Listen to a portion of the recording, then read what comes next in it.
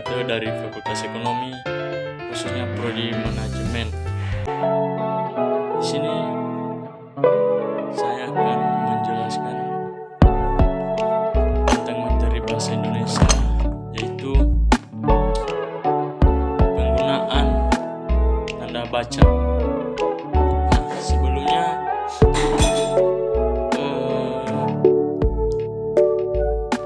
penggunaan tanda baca ini mempunyai definisi, yaitu tanda baca ialah tanda yang digunakan dalam sistem ejaan.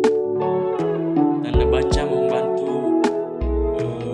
ini membantu pembaca untuk lebih memahami makna tulisan yang tertera baik di buku maupun di pembicaraan. Nah, sekarang kita masuk pada jenis-jenis tanda baca.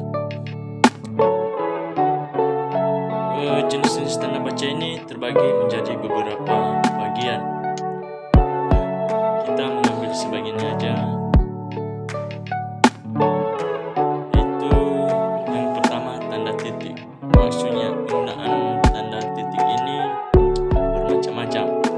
Contohnya, saya pergi ke sekolah. Nah, di terakhir kalimat itu kita menggunakan tanda titik. Dan contoh yang keduanya pada penulisan jabatan. Contohnya S.PD. Nah, di dalam tulisan tersebut terdapat yang namanya tanda baca. Yang keduanya tanda koma. Penggunaan tanda koma ini berfungsi untuk kita lebih memahami ejaan-ejaan kata yang tertulis baik di buku maupun dari pembicaraan orang lain. Contohnya dari pembicaraan orang lain berbata-bata, tidak langsung memberikan atau membaca naskah dari pembicaraan seseorang. Contohnya saat ini. Nah, di terakhir kalimat saat ini terdapat koma. Saat ini hujan sangat deras di kampung saya. Nah, pada bagian kalimat saat ini itu tadi terdapat koma, yang dimana supaya kita dapat memaknai bahwa makna tulisan tersebut kejadian pada saat ini. Nah, yang ketiga, tanda titik koma. Penggunaan tanda titik koma ini contohnya hujan makin deras, ayah belum juga pulang. Nah, pada kalimat hujan makin deras, pada terakhir kalimat itu, pada pertengahan kalimat itu kita menggunakan tanda titik dua, yang dimana maknanya berarti kejadian yang saat ini sangat, bahwa kejadian itu terjadi pada saat ini, dan memaknai kata-kata itu sangat sangat khawatir kepada sang ayah. Nah, berikutnya tanda titik, tanda penghubung. Nah, maksudnya tanda penghubung ini itu menghubungkan kata-kata yang bersifat panjang. Nah, contohnya mendownload. Nah, maksudnya kata penghubung ini yaitu sebelum kata men itu kita gunakan kata penghubung, yang dimana kegiatan kita lakukan itu adalah mendownload video. berarti kata-kata tulisannya panjang. Yang kedua, contoh kedua itu menguprade. Maksudnya menguprade itu yaitu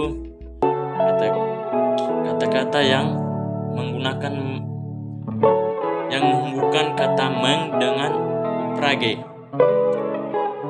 yang dimana kata-kata meng ini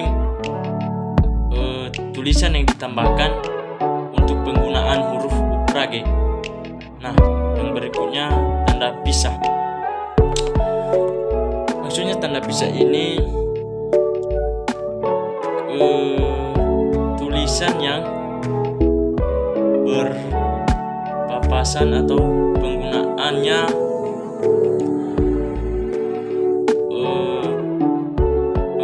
kejadian-kejadian pada waktu silam.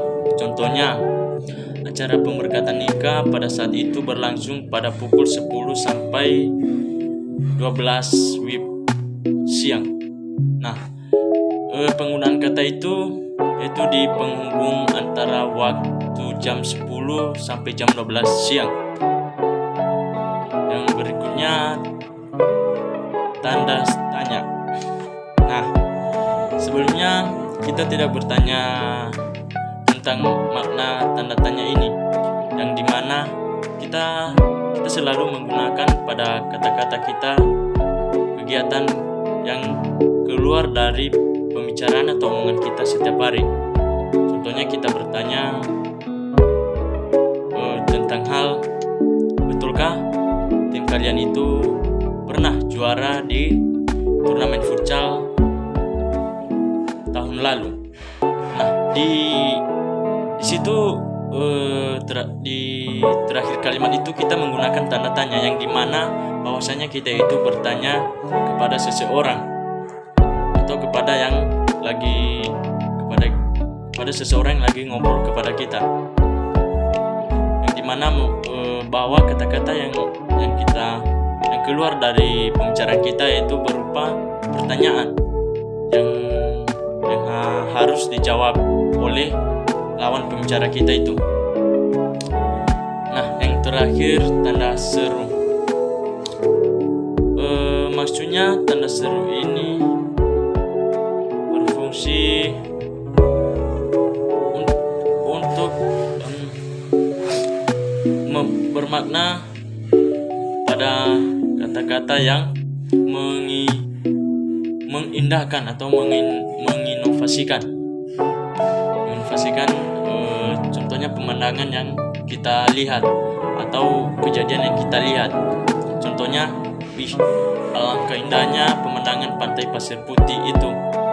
Nah, di mana kata-kata itu yaitu memuji atau memaknai bahwa pantai pasir putih itu sangat indah dan menarik untuk dijadikan tempat healing atau jalan-jalan bareng kawan-kawan.